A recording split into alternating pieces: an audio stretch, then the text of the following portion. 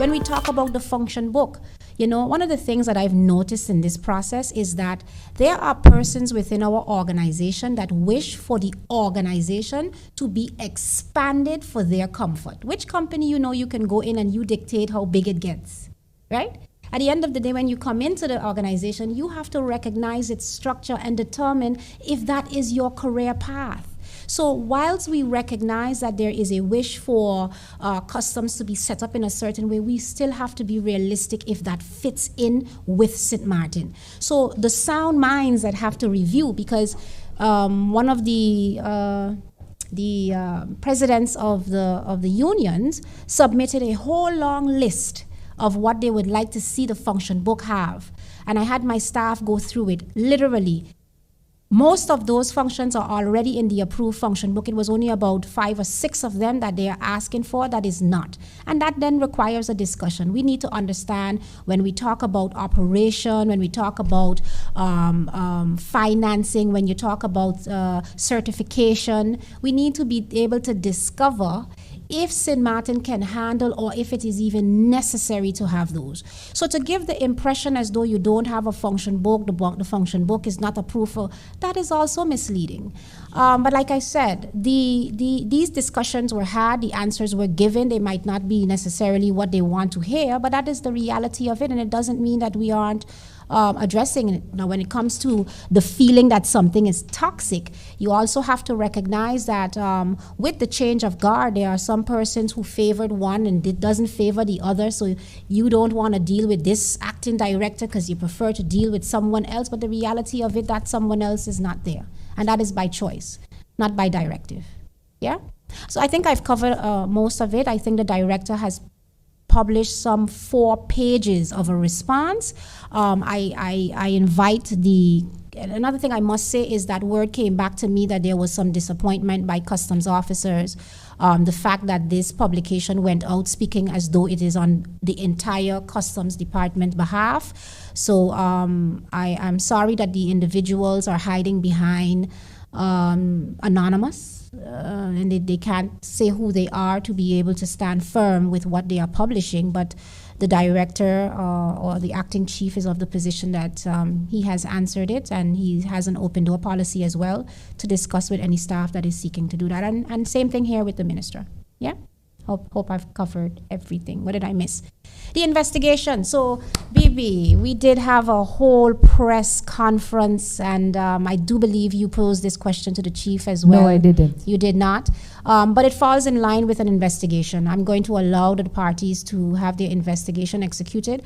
But one thing we did agree is that we are going to provide follow-ups because that has been lacking. So you hear an investigation is going on, but the investigation comes to an end and you don't know the results from it. I'm trying to have that changed to some degree as much as possible. So we'll put that information out as soon as we can.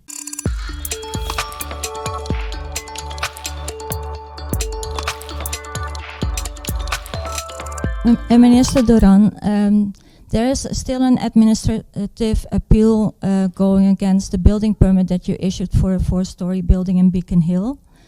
There were hearings, and apart from 3 complaints, those went to the ombudsman, and the ombudsman in January finished the report. It was the final report.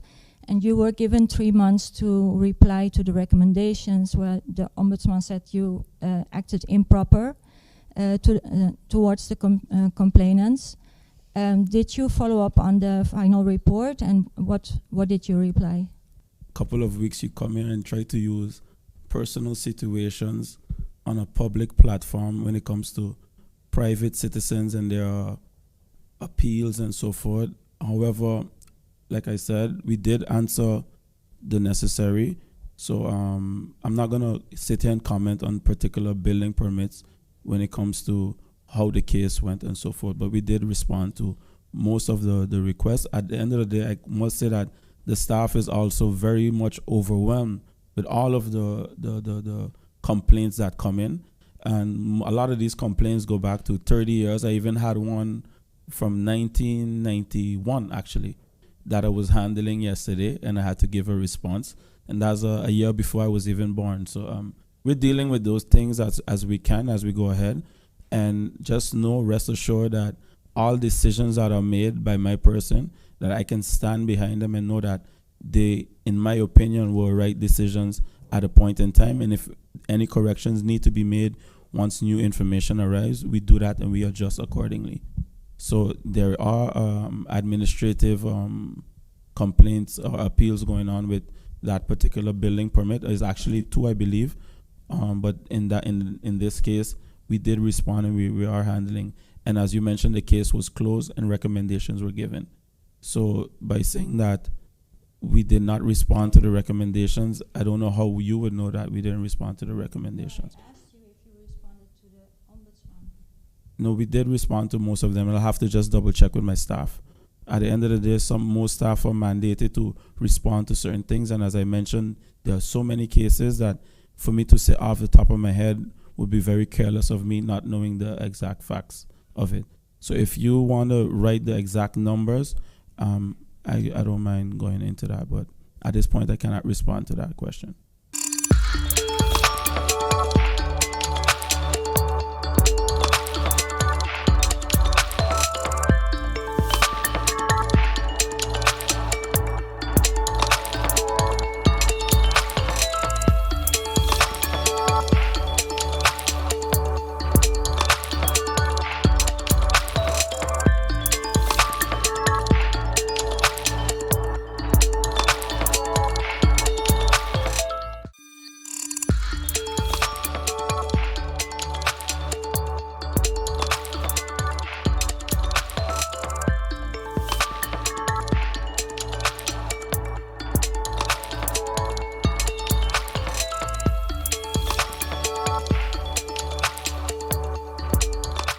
Mealtime rules.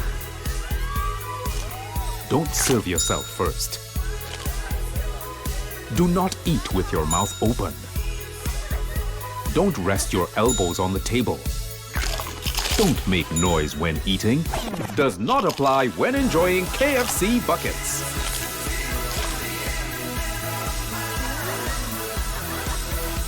When we bucket together, we are as we really are. Social and health insurance is SXM. Your social and health insurances. Are you SXM insured? Do you have a valid medical insurance status?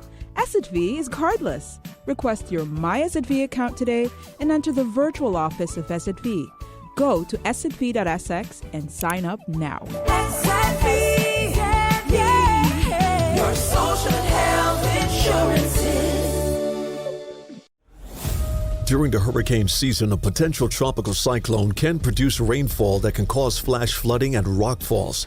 Stay away from flood-prone areas during heavy rainfall, such as Jump Up Casino on Emil Plain Road in Phillipsburg, ATLH Road Roundabout, L.B. Scott Road from Emilio Wilson Park until Cake House Supermarket, Zaker's Gut from Petro Plus gas station until the Seventh-day Adventist Church, Welchelaken Road K Hill from Welchelaken Road Roundabout until the One Tete Loke Roundabout, Beacon Hill Road from Sunset Bar and Grill until the beginning of White Sands Road, and Rhine Road, also known as Mullet Bay Road, after Sonesto Maho Beach Hotel to the entrance of Cooper Coy from the intersection of the University Drive until the intersection of Rio Grande. For more information on how you can keep yourself and your family safe this hurricane season, visit stmartingolf.org/hurricane. This public service announcement is brought to you by the government of St. Martin.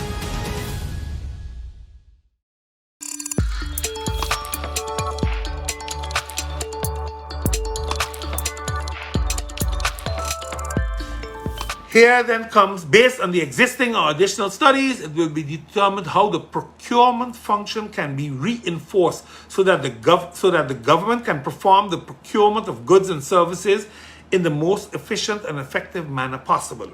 Centralization will be considered based on a proposal, decision-making and implementation will take place. So we talk about the tender legislation. Now, in 2018, the government introduced the procure to pay. Because before that, they didn't have it. I can tell you that because it's played a role in my court case. And there is no tender legislation. The government never had a outright tender legislation. This is what we do. No. every ministry had a different tender legislation. What does that mean? Certain places you're using contracts, other places you're using a memo. But this is what it is. One place the governor signing, no, another place the governor don't sign. The checks and balances are different. So a tender legislation has to be made for government. And government can state in their policy, their subsidy policy, that this is the tender legislation that you must use to buy goods. Now, when you start about centralizing the sales, government don't need to do that. Why does government need to go buy books and copybooks and pens and pencil?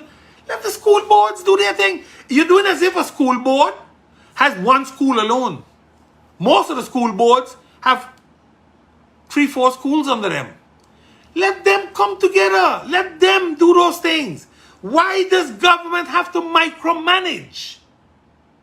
When you start talking this type of language, you're telling me that they're stealing, you don't trust them. That's all it is. Because you are now micromanaging the subsidy. Next thing you're going to say, you're going to make their own payrolls. You're going to give them the money no more. You're going to start paying them through the payroll system of government. Then make them government employees. It's either the chicken or the egg. It can't be both. You all are making up things here that make no sense. And then you talk as if you are doing this in the interest of the country. That's not true. You all are being set up to accept that you always have been thieves and you don't know what you're doing. These rules were not made by us. They were imposed upon us. And part of the government was so gullible that they just sign away to get some money. But as you go along, fix things when you see them wrong. Yes, I agree with the tender legislation. I wholeheartedly agree with it. But I cannot agree with centralization. Because you can't even take care of your damn car park. Alright? Government can't take care of their car park. Go and throw me 3/4 of the trucks back up. Cutting our wheels, ding our tires. Please, man. Don't make something that's bad already worse by stupidity. Because this is outright stupidity. We are a country, what now, 12 years? 13 years in October? And we still don't have a tender legislation. And remember, Parliament had instruct the Minister of Romy to bring one, which in all normal terms would have been for the whole country. A wishy-washy piece of paper reach. Come didn't approve it. Nobody looked at it. And in here now, suddenly you're talking about a tender legislation? Are you serious? Are you all serious? You listening to yourself? You all just read what others say? Come on, man. Please. Let's at least be honest. I know it's politics. I know you got to put a spin on a lot of things. And you're going to do that. And I don't have a problem because every time you do it, I'm going to expose it. Because I do know the civil sovereignty well. I have enough people in there that still talk to me on a daily basis. So guess what? Crap, I'm going to smoky pipe with that one.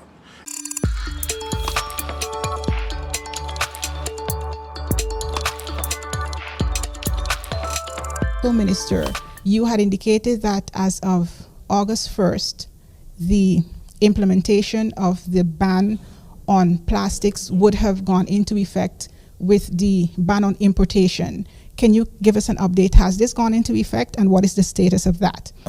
Definitely it is on our top priority to get this category status 1 back.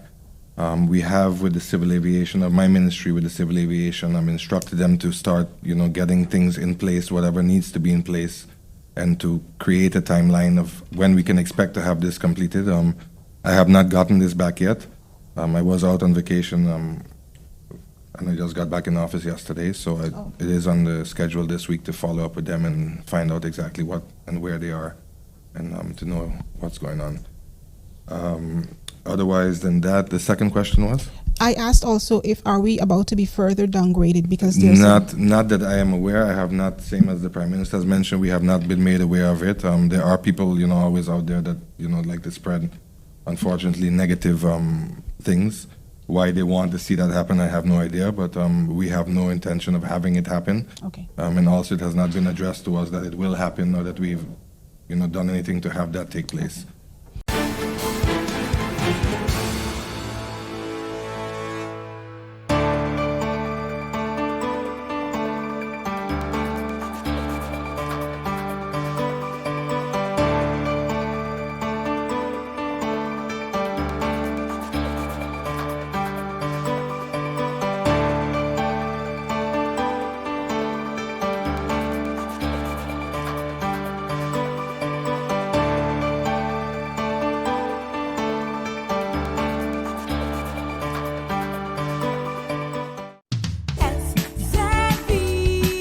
Your social and health insurance is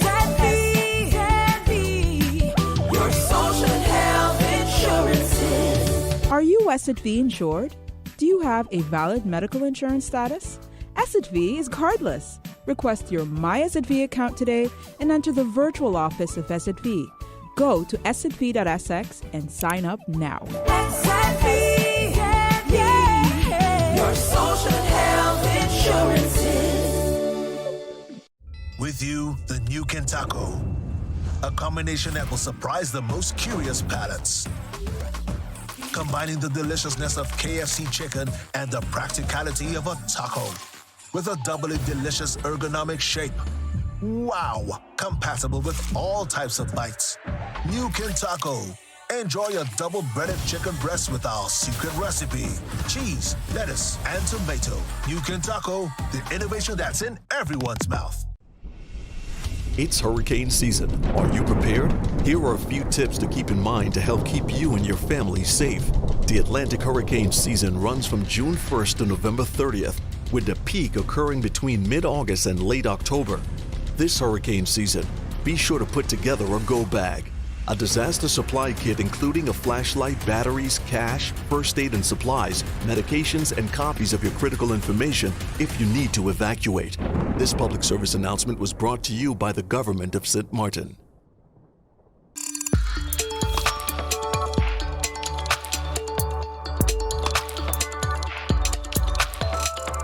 Extend condolences to the wife, the son and daughter of our dearly departed Roberto Celestino Arendel, well-known teacher, coach for the St. Martin debate team in the High St. Richardson Educational Awareness Foundation that travels annually to different Caribbean islands, and this year had the distinct honor to return home with first place. Unfortunately, he was in Santo Domingo for one thing and ended up being rushed to hospital because of his diabetic condition. And one of the things I think was learned by family and dear friends in a very harsh way, that even though you are insured with SZV, if you don't have private insurance or travel insurance when you travel, or you don't have a big amount of cash on hand that you can deposit at a hospital, as the people say, crapo, smoke your pipe. The family was told in no uncertain way that SZV could not assist, and he just had to basically stay where he was and perish. I think it is regrettably, unfortunately, St. Martin has indeed lost a great man who has served his country with honor, has served his country well, has served his country across lines. He did not see any distinction between students. Whatever school they were from, Roberto was there for them. He was an avid domino player, and the Colby boys, we were eventually converted into Arundel homeboys because we played every week at his home, and that became the base. Since he was no longer living in Colby, that became the base of his domino team. He had been honored by them recently, and we believe once the body returns to St. Martin, he will have a well-deserved burial, even though we can say gone way too soon. Rest in peace, my dear brother. Welcome to stmartinpaintings.com. I am Roberto Celestino Arundel. I have been painting for the past 34 years. I started painting way back in Colby by my grandmother, Belencita.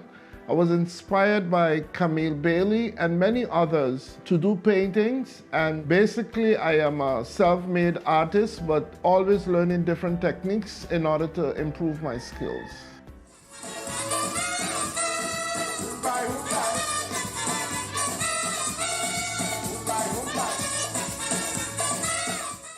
At the tender age of 10 years old, I came to St. Martin, and I lived in Colby and went to school at the Lionel Connor School. There I met Mr. Camille Bailey, and there he taught us techniques in painting. And I was very much taken back by the way he did it. So I ended up starting to paint, and this picture in particular is the first painting I did when I was about 10, 11 years old. The paints that I used were paints from the house, oil paint, acrylics, and those things that they paint the house with. My inspiration further developed when I went to the University of Virgin Islands, and I joined the art club, and I started painting, gaining techniques from other people. And on TV, there was a channel that would give you different aspects of how to paint, different techniques. And I learned and developed and started painting. I paint every day. I'm called a Sunday painter. My inspiration comes like when I'm tired. I relax doing certain paintings, and some people request paintings. This is in particular is at the roundabout at the Juliana Airport. Someone challenged me to paint it, so I did a painting of it. It depicts our national symbol, the pelican. We have different formats of it, and right behind and in the hills we can see Sentry Hill in Colby. It is just beautiful, that's why I painted it. In my paintings you'll see trees, coconut trees, you'll see the beaches. I love the rocks, the different type of rocks, the shape of the rocks. So you'll find a lot of rocks in my paintings. You'll find different type of things of St. Martin, depicting scenery, grass. I like to see the grass growing. People makes the painting a more livelier. However, I also do paintings by request of the people. Some people give me a portrait, and that is what they want, and I do that too. Well, I'd like to thank you for checking out this website and giving some suggestions. And if you need a painting, just take one or request it. And you can always look at the website because it will be updated on a regular basis, because right now I'm not going to stop painting. My studio is right there in my bedroom, and as I got the inspiration, I get up and I paint. So look out for the new painting at any time on the website. The website again is stmartinpainting.com.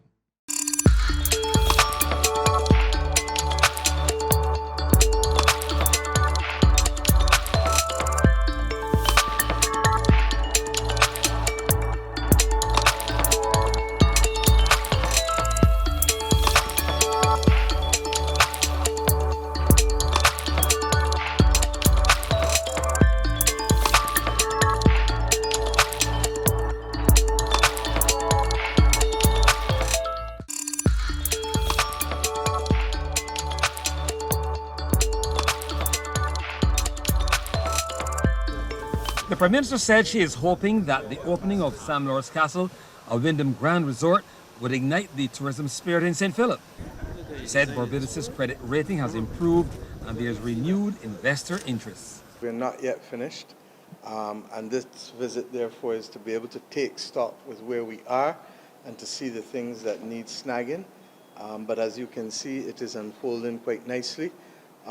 This hotel will have 422 rooms. Regrettably, COVID was an interrupter, and in fact, the contractors would have made a force majeure claim under the contract in excess, I believe, of over $40 million. Yeah. And we managed to get them down. How much was it? 40 million. Right, $40 million was the claim under the force majeure. After extensive negotiations, we got them down to 22.5. And of course, that would have been, we lost 2.5 years with COVID. The Prime Minister told the gathering, which included Ministry of Tourism officials and board members of the Barbados Tourism Investment Incorporated, the BTMI, bookings are high for the opening, but much more is planned for the area. The government has plans for the castle, restoration, and the grounds. That's not part of this hotel because we felt strongly. We took two decisions that changed from what we inherited. One, we didn't believe that we should leave all 55 acres for one hotel, and we have another 17 acres, therefore we split it in such a way that there's 17 acres to the southeast of the castle that is now available for development separate from the 422 rooms here. And we also felt that ultimately, once we are in a position to catch our hand, right now the castle will be landscaped and lit, but ultimately we would like to work towards the restoration of the castle. Head of the BTMI, Stuart Lane, reminded those present it was work in progress as crews aim to deliver for the soft opening.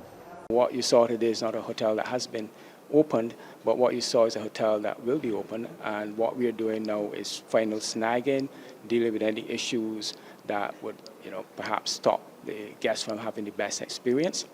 This property was designed to be a 5-star property. Basically, to get 5-star, though, you have to operate it as such. But there is a checklist for 5-star properties, and we have checked that list, including having the opportunity to move around underground and elsewhere. 240 rooms and 3 restaurants will feature in the soft opening on September 30th. Trevor Thorpe, CBC News.